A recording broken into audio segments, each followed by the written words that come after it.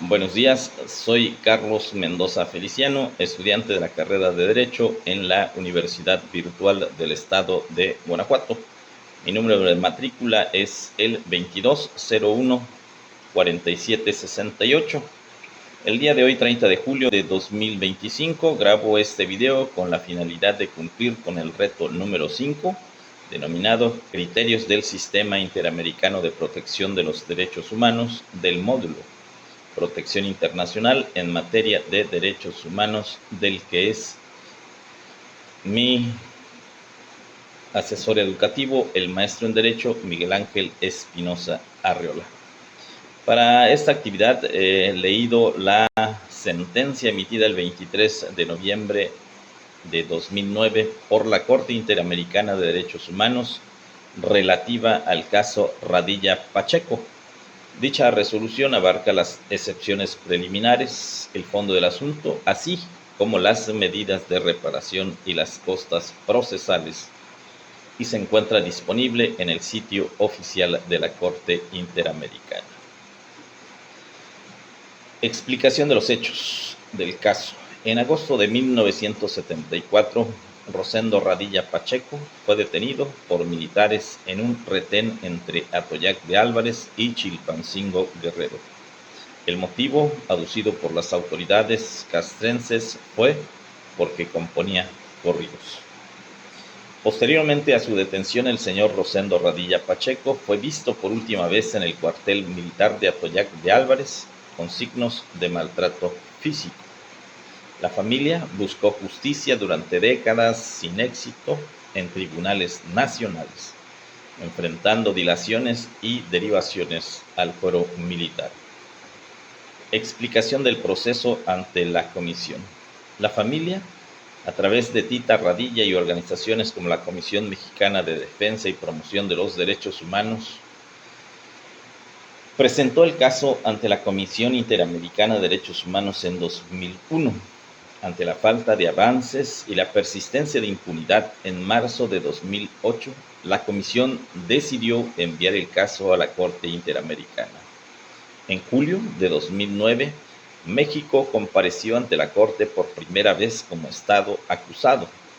En esa audiencia aceptó la desaparición forzada, pero alegó que el caso prescribía o escapaba a su responsabilidad temporal. Análisis de los razonamientos expresados por la Corte. El 23 de noviembre de 2009, la Corte Interamericana de Derechos Humanos dictó sentencia en el caso Radilla Pacheco y en esta resolución concluyó que el Estado mexicano era internacionalmente responsable por la desaparición forzada de Rosendo Radilla y por la violación de múltiples derechos, como lo son a la libertad personal, a la vida, a la integridad, al reconocimiento de la personalidad jurídica y a las garantías judiciales.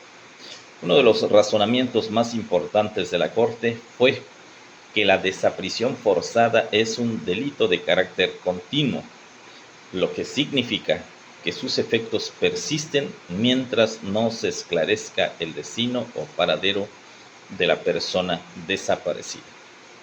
Por tanto, México sí podía ser juzgado por este crimen, aunque se hubiera cometido antes de 1998.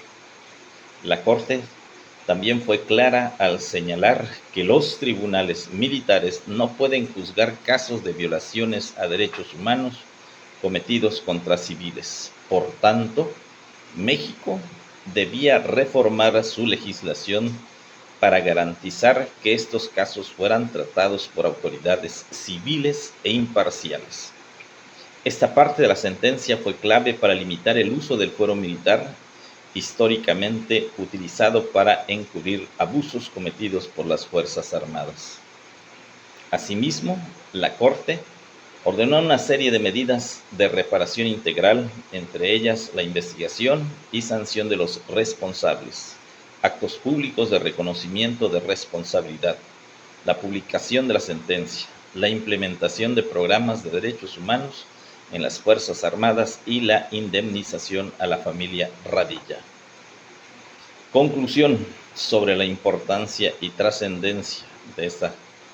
La sentencia Radilla Pacheco representa un hito histórico porque es la primera condena internacional al Estado mexicano por desaparición forzada durante la Guerra Sucia y sentó precedente clave en materia de justicia transicional porque impulsó reformas al fuero militar, impulsó la correcta tipificación del delito de desaparición forzada y fortaleció el principio pro persona y la constitucionalización de los derechos humanos en la reforma de 2011.